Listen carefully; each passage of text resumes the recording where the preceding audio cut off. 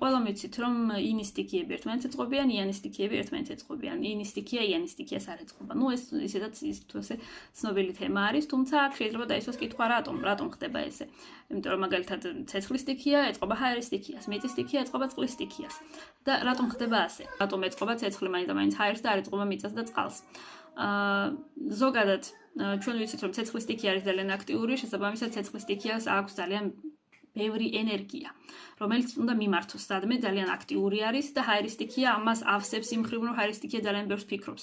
შესაბამისად, ცეცხლის სტიქიის ენერგია შეუძლია ჰაერის სტიქიამ შეუძლია რომ მიმართოს ცეცხლის სტიქიის ენერგია.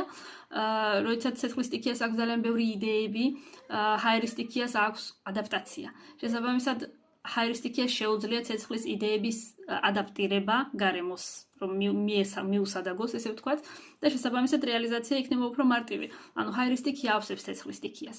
იგივენაირად, როდესაც არის მიწის სტიქია და წყლის სტიქია, მიწას სჭირდება მაქსიმალური საიმედოობა და სტაბილურობა. მიწა არ არის აქტიური. შესაბამისად, მიწა არის რაღაც სიტყვაზე ადამიანი, რომელიც დგას ერთ და იგივე ადგილზე და არ უნდა არსად წასვლა. წყლის სტიქიას სჭირდება მაქსიმალური სიღრმე და ემოციები. ანუ წყლის სტიქიას არ სჭირდება იგივენაირად, როგორც მიწის სტიქიას მოქმედება და სირბილი სჭირდება მაქსიმალური სიღრმე. შესაბამისად, წყლის სტიქიას ყველაფერს იღებს მიწისგან, რაც უნდა, იმიტომ რომ მიწის სტიქია დგას ერთ ადგილზე, როგორც წყლის სტიქიას უნდა და წყალი უბრალოდ სიღრმეს პოულობს მასში. ანუ ეძებს უფრო მეტ სიღრმეს ამ ადამიანში. შესაბამისად, წყლის სტიქია ფიზიკურად ვერ იქნება ცეცხლის სტიქიასთან შესაბამისი და იგივენაირად ვერ იქნება ჰაერის სტიქიასთან, იმიტომ რომ ეს ორი სტიქია არის ძალიან მოძრავი. და წყლის სტიქიას მოძრაობა არ სჭირდება, წყლის სტიქიას მაქსიმალური სიღრმე სჭირდება, ანუ წყლის სტიქია მოქმედებს ესე ქვევით, თითქოს სიღრმეში და ცეცხლი და ჰაერი მოქმედებენ ესე უფრო ჰორიზონტალურად, როდესაც წყლის სტიქია მოქმედებს ვერტიკალურად.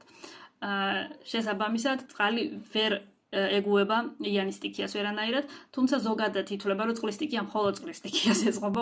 რაც შეეხება მიწის სტიქიას, მიწის სტიქია ვერ უგებს ვერც ცეცხლს და ვერც ჰაერს, იქიდან გამომდინარე, რომ ძალიან მოძრავები არიან და საიმედოობას მიწის სტიქია ამ ორი სტიქიისგან ვერანაირად ვერ მიიღებს.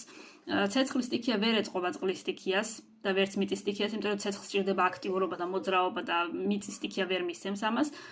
წყლის სტიქია ფიზიკურად ვერ მისცემს ცეცხლს, პირიქით წყლის სტიქია ცეცხლს ბოჭავს, იმიტომ რომ წყალს სჭირდება მაქსიმალური სიღრმე და ცეცხლს საერთოდ არ აქვს სიღრმე.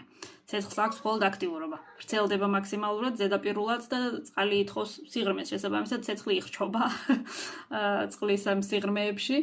და ჰაერის სტიქიაც იგივენაირად ვერ ეწყობა წყლის სტიქიას, იმიტომ რომ ჰაერი ზედაპირული არის, მსუბუქი არის და წყალი პირიქით ითხოვს მაქსიმალურად სიღრმეს და მძიმე. ზოგადად ინის სტიქიები ძალიან მძიმე ხასიათის არიან, წყლის სტიქია და მიწის სტიქია უფრო მძიმე არის.